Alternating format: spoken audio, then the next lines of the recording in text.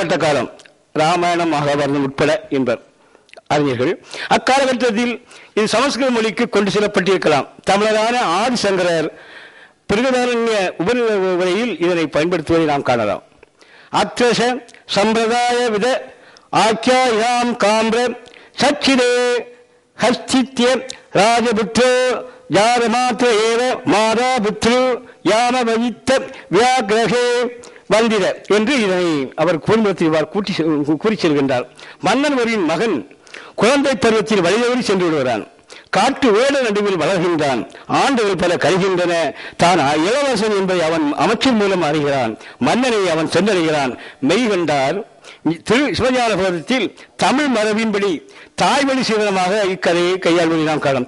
ஐம்புல வேடரின் அயந்தனை வளர்ந்தன தம் முதல் குருவுமாய் தவத்தினில் உணர்த்த விட்டன்னியம் உண்மையில் அரண்கடல் செருமே என்ற தமிழான வீணி சிவாக்கிரகையையும் தமது சமஸ்கிருத சிவஞான பேரையில் உரையிதான் அக்கதையை அப்படியே பயன்படுத்துவதை காணலாம்.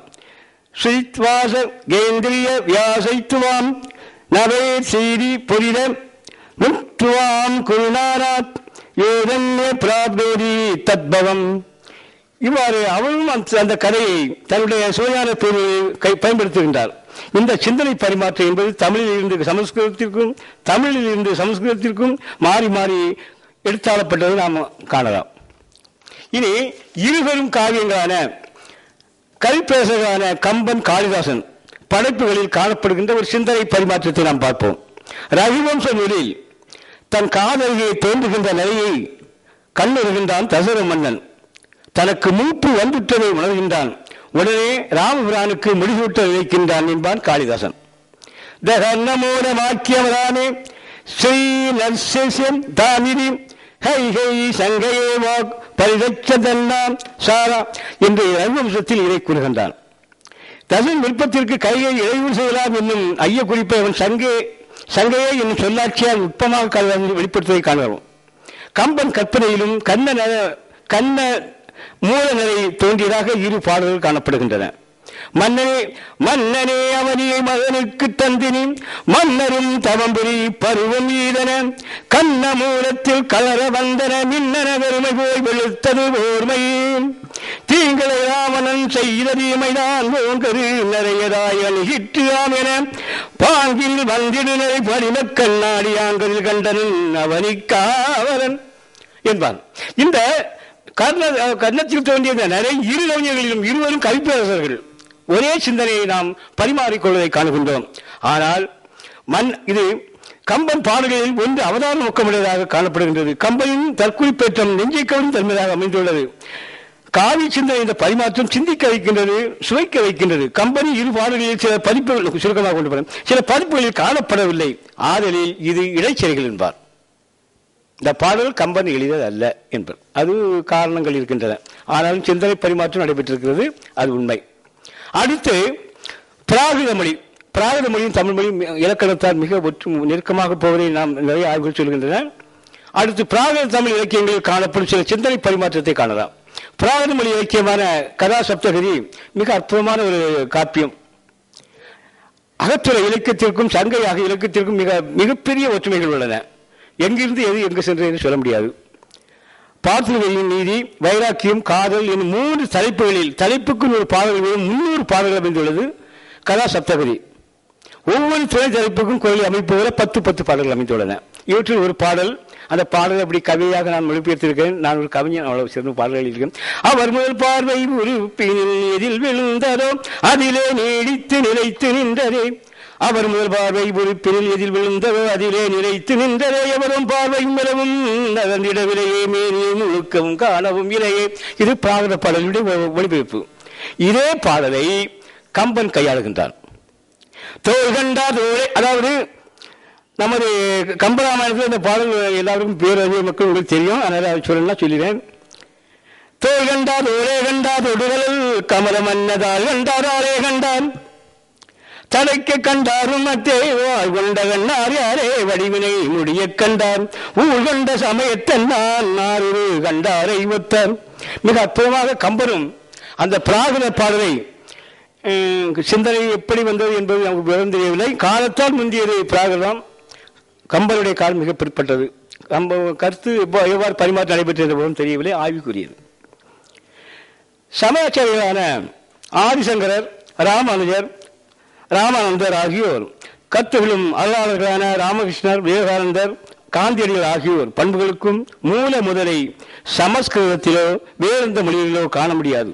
அவை திருவள்ளுவரின் மரபில் வந்தவை என்பது முனைவர் ஸ்ரீச்சரின் முடிவாகும்.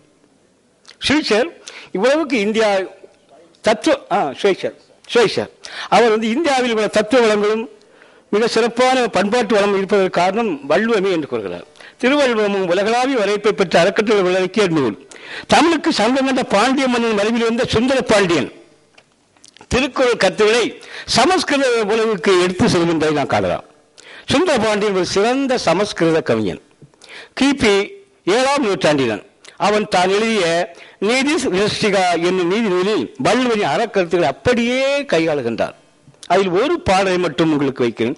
சுவாதீனே மாதூரே மதுராட்சச சம்ஹிதேஷு வாக்கியேஷு சிந்தாம சத்பந்த புருஷ பருஷாணி பாசந்தே. இந்த பாடல் வள்ளுவத்தில் உள்ள எந்த பாடலை பிரதிபலிக்கிறது என்றால், இனிய உளவாக இன்னாத ஊரல் கரி இருப்ப காய்கவன் தற்று என்ற பாடலை அப்படியே மொழிபெற்று வச்சிருக்கிறது. காலத்தால் மிக பிற்பட்ட அந்த நூலில் சுந்தர பாண்டியன் இதை கையாளுகின்றான். இப்படி இனிய உளவாக இன்னாத சுவாதீனே மாதுரிய மதுராட்சதே சம்ஹிதேஷு வாக்கியேஷு கிருந்தாம சத்பந்த புருஷ பரிசாணி பாசந்தே என்று அந்த பாடலை அருமையாக அது தன்னிடத்தில் இனி சொல்லியிருக்க துன்பம் தருகின்ற கொடி சொற்களை ஏன் கூறுகின்றீர்கள் அப்படி என்று அவன் அதை கூறி சொல்கிறான். ஆமா வரல அது வரல. ஆனால் அது ஓமை அந்த ஓமையை அவன் விட்டு இப்படி ஒரு பாடல் இல்லை, 50-60 பாடல்கள் அப்படியே இருக்கு.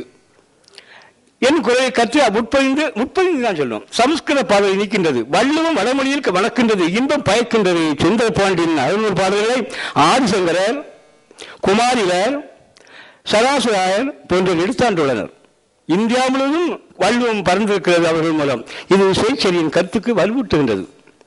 பக்திரை தமிழகத்தில் தோன்றியது, மராட்டியத்தில் வளர்ந்தது, குஜராத்தில் மலர்ந்தது, ராஜபுரத்தில் இல் அகற்றியது, வங்காளத்தில் வான்புகழ் பெற்றது என வடமொழி பௌசிய புராணம் கூறுகிறது. அப்ப பக்தி நெறி தோற்றம் தமிழகம்தான். கண்ணன் நப்பின்னை காதலை பழந்தமிழ் இலக்கியங்களில் சிறப்பாக கூறும். கண்ணன் நப்பின்னையோடு கூடி ஆடிப்பாடி மகிழ்ந்த இன்பக் களியாட்டங்களை குறவை கூத்து என்ற சிறப்பு விழாத்திலே நாம் காணுகின்றோம். தமிழ் கண்ட லட்சியக்காரர்களாகிய கண்ணன் நப்பின்னை விளையாட்டுகளை கிபி 10ஆம் நூற்றாண்டுக்கு பின் எழுதப்பட்ட பாகவத புராணம், 10ஆம் நூற்றாண்டுக்கு பிறகு எழுதப்பட்ட பாகவத புராணம் அறிவம்சமும் கண்ணன் ராதை காதல் களியாட்டமாக மாற்றி திரித்து கூறுகிறது. தமிழ் மொழியில் தோன்றிய பக்தி நெறி வடக்கு நோக்கி பயணிக்கின்றது. உலக மொழிகளில் பக்தி இலக்கியம் என்று எடுத்துக்கொண்டால் தமிழ் மொழியின் அருகில் கூட வர எந்த மொழிக்கும் தகுதி இல்லை. 2வது இடத்தை ஈபிரு மொழியும் 3வது இடத்தை சமஸ்கிருதம் பெறும் என்பார் பேரறிஞர் ஆசா ஞானசம்பந்தர். பக்தி நெறியில் கண்ணன் பின்னை காதலை தொடர்ந்து கண்ணன் ஆண்டால் தமிழ் காதலும் தன் சிறப்பினை பற்றி ஈடு இணையற்றதாக திகழ்கின்றது. பக்தி நெறிக்கு கலங்கை விளக்கமாக ஒளிகின்றது. ஆண்டாளின் திருநாச்சியார் மொழி, நாச்சியார் திருமொழி, அந்த பாடல் நாச்சியார் மொழி, கண்ணவாகன பண்டிதரின் தீபசூர் சரித்திரம் ஆகிய இரு நூல்களிலும் ஒப்பிட்டு காணுகின்ற அளவுக்கு எழுதப்பட்டுள்ளன. ஆண்டாளின் நாச்சியார் திருமொழியும் சமஸ்கிருத புலவர் கண்ணவாகன பண்டிதரின் திவ்ய சரித்திரமும் ஒப்பிட்டு நோக்குகின்ற அளவிலே அமைந்துள்ளன. ஒரு பாடலை மட்டும் பார்க்கலாம்.